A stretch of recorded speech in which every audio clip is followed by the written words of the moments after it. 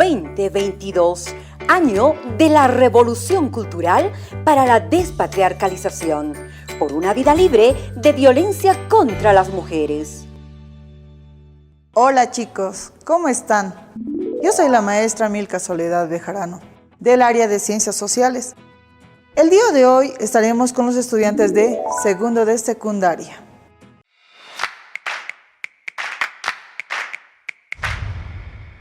Antes de iniciar con nuestro tema, empecemos con dos preguntas de reflexión. Tú, querido estudiante, ¿a qué cultura perteneces? Te daré las distintas opciones. Inciso A, a la cultura inca. Inciso B, a la cultura azteca. O inciso C, a la cultura maya. Muy bien, chicos. Sabemos muy bien que Bolivia pertenece a la cultura inca, es decir, tú perteneces a la cultura inca. Segunda pregunta, ¿dónde se encuentra la cultura inca? Inciso A, en la zona sudeste. Inciso B, noreste. O inciso C, en la zona este. Así es, chicos. La cultura inca se encuentra en la zona noreste. Muy bien, lo hicieron muy bien, chicos. Recordemos, chicos, clases anteriores habíamos hablado de la llegada de los españoles. Antes de la llegada de los españoles, ya aquí en América existían grandes civilizaciones. Estamos hablando de la civilización inca, la civilización maya, la civilización azteca. Estas grandes civilizaciones tenían su propia organización.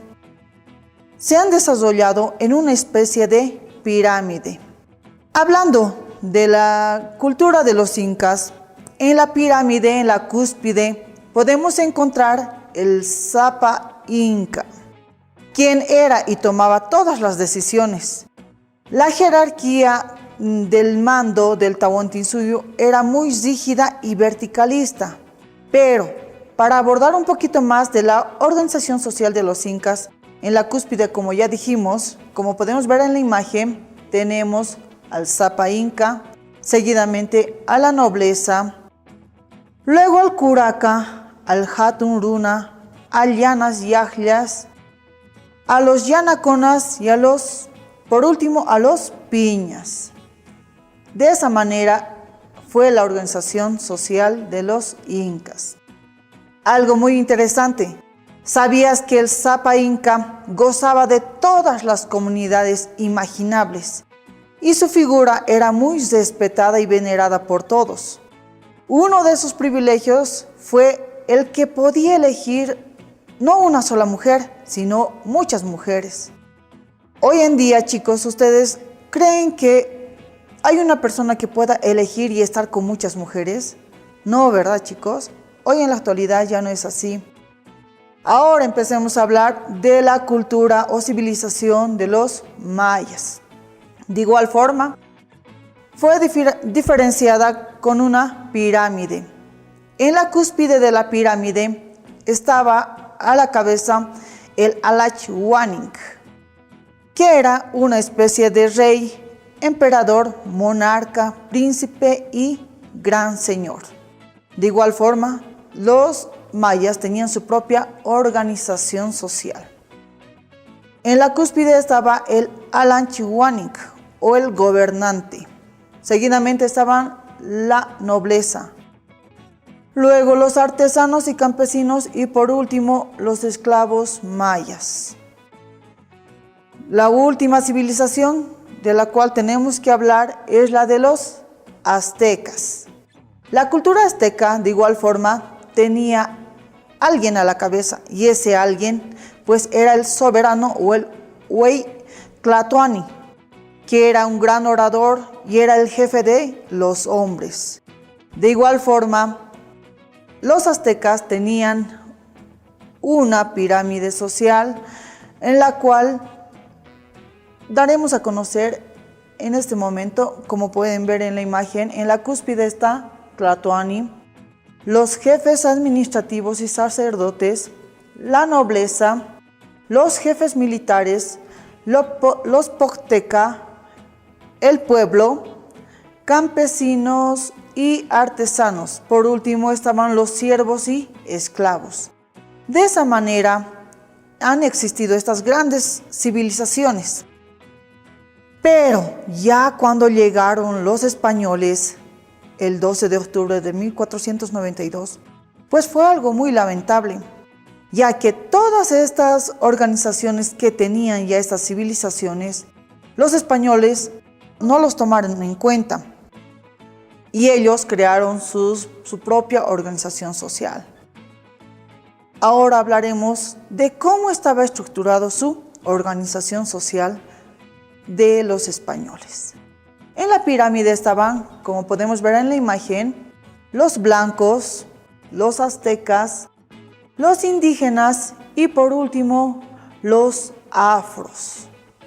Hablando de los blancos se dividían en dos, unos que eran los peninsulares y otros que eran los criollos.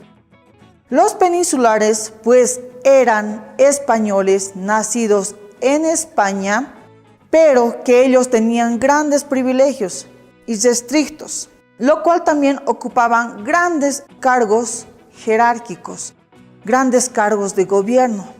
Pero en cambio los criollos eran nacidos en territorios conquistados, es decir, un español con una española tenían un hijo nacidos aquí en América. Ellos eran considerados como los criollos. También tenían privilegios, pero con algunas limitaciones. No gozaban de todos esos privilegios. Es más, no tenían derechos políticos. Seguiremos hablando de los mestizos, que están en el segundo peldaño de la pirámide. ¿Quiénes eran los mestizos? Pues eran y son todas las clases de mezclas entre blancos, indígenas y negros. Como podemos ver en la imagen, el mestizaje en América. Un español más una indígena, el resultado era un mestizo. Un español más un negro, el resultado era un mulato. Un negro más una indígena, el resultado era un sambo. Nos preguntamos, ¿qué es el mestizaje? Pues nada más ni nada menos fue una mezcla que se dio entre las tres razas diferentes que convivieron durante la colonia. Estamos hablando de la blanca, la indígena y la negra.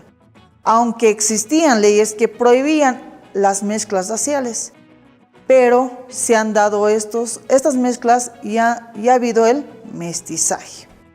Un mulato, pues el mulato era una mezcla entre la población negra y una blanca. La blanca es la española. Un sambo es la mezcla entre la población indígena y una negra. En el tercer peldaño encontramos a los indígenas. Estos indígenas eran muy oprimidos, reducidos a la servidumbre. Eran considerados menores de edad y mediante la encomienda eran entregados a un encomendero. ¿Qué es lo que hacía este encomendero? Pues tenía que evangelizar el encomendero. Y como forma de retribución, el indígena tenía que servir al encomendero. Es más, se le consideraba menor de edad, por mucho que ya haya tenido una mayor de edad, pero era considerado como menor de edad. En el último peldaño de la pirámide encontramos a los afros. Pues los afros fueron traídos, fue una población que fue traída desde África como una manera de mercancía. Es decir, que los afros no tenían derecho a nada.